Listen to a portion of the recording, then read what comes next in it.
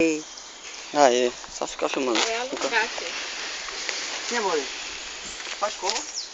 Bota o pé em cima. Assim? Cima. Cheira perto.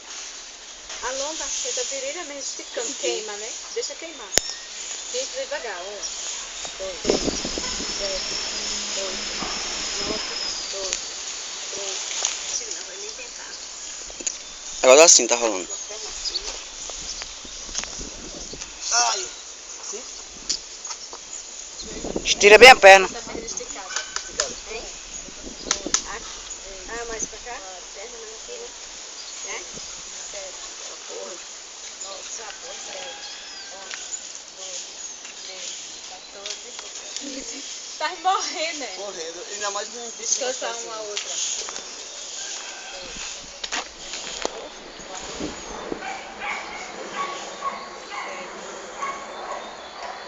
Opa. É, muito rápido. Essa perna aqui minha, não sei se 12, 15. A mesma perna. Vai. Aí a bunda, mãe. 4,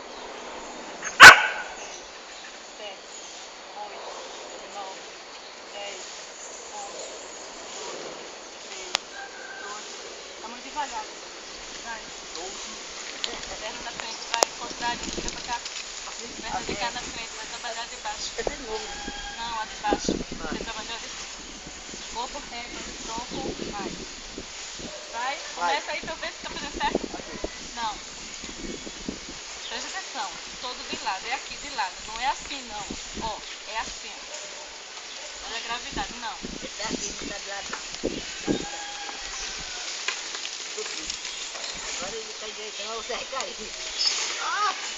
Reto. Vai, estica o joelho.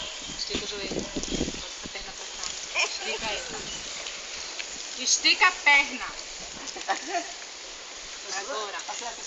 É, assim, Vai. Agora. Devagar. Vai.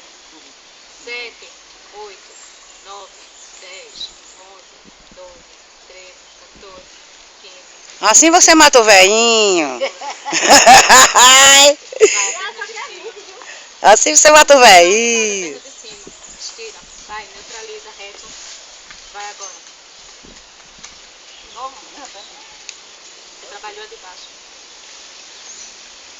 4, 5, 6, 7, 8, 9, 10, 11, 12, 13, 14, 15. Matou o velhinho. 17, 18, 19, 20. Vai, barriga pra baixo.